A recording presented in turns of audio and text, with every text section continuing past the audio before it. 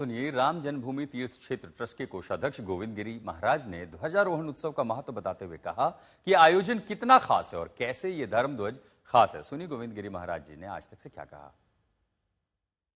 महाराज जी, सबसे ज्यादा चर्चा उस धर्म ध्वजा की हो रही है कि वो धर्म ध्वजा है, तो उस धर्म ध्वजा का क्या खासियत है, क्यों ये धर्म ध्वजा है, और आपको क्या लगता है कि ये जो धर्म ध्वजा फहराएगा तो इसका क्या इम्पैक्ट, क्या असर? मुख्यतः ध्वज का ही बड़ा महत्व होता है। हमारी परंपरा में चाहे सेनाएं चलती है, ध्वज लेकर के चलती है। सेना में सबका ध्यान ध्वज के संरक्षण की ओर होता है। मंदिर का निर्माण होता है, मंदिर में शिखर सबसे ऊंचा होता है, लेकिन ध्वज उससे भी ऊंचा होता है। तो ध्वज को उस संपूर्ण बात का प्रतीक माना जाता है। ध्वज का सम्मान राष्ट्र का सम्मान माना जाता है। ध्वज का अपमान, उसकी अवहेलना राष्ट्र की अवहेलना मानी जाती है। अब यहाँ पर तो ये अयोध्या जी है। ध्यान में ये रखना चाहिए, संपूर्ण विश्व की राजधानी रही है अयोध्या। मनुना मानवेंद्रेण सा पुरी निर्मिता पुरा। विश्व की पहली राजधानी होने का सम्मान अयोध्या को है। और अयोध्या का राजवंश सूर्यवंश है। तो यहाँ पर जो राजवंश का मूल ध्वज भगवान श्री राम का रहा है, वह उसके ऊपर कोविदार वृक्ष का प्रतीक सर्वदा रहा है।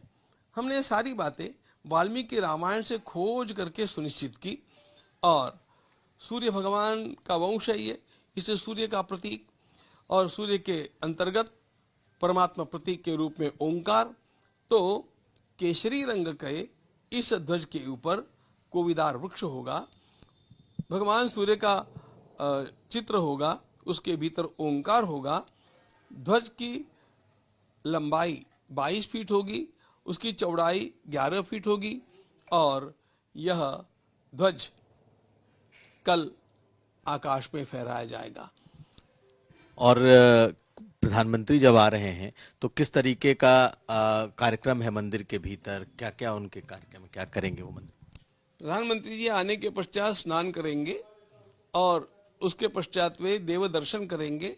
ये जो सप्त मंदिर वहाँ पर निर्माण किए गए हैं, भगवान श्री राम के लीला सहचरों के, यानी महर्षि वाल्मीकि, महर्षि वशिष्ठ मुनि, महर्षि विश्वामित्र मुनि, महर्षि अगस्त्य मुनि, फिर भगवती अहल्या जी, फिर हमारे निषादराज गुह, और शबरी मैया, और जटायु, और राम सेवा करने वाली छोटी सी वह गिलहरी, और इस राम की भक्ति का संचार पूरे उत्तर भारत में सदियों तक करने वाले हमारे संत गोस्वामी तुलसीदास जी महाराज, इन सबके विग्रह वहाँ पर स्थापित हैं।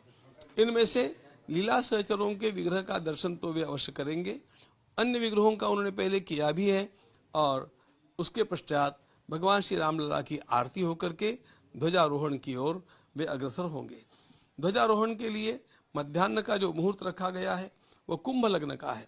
कुंभ लग्न 12 लग्नों में स्थिर लग्न माना गया है, और उसका आरंभ 11:58 पर होता है और समापन 1 बजे होगा। इसके अंतराल में वहाँ पर ध्वजारोहण होना अपेक्षित है, वो वैसा होगा। और उसके पश्चात मंच से प्रधानमंत्री महोदय हमारे राष्ट्र को उद्बोधित करेंगे।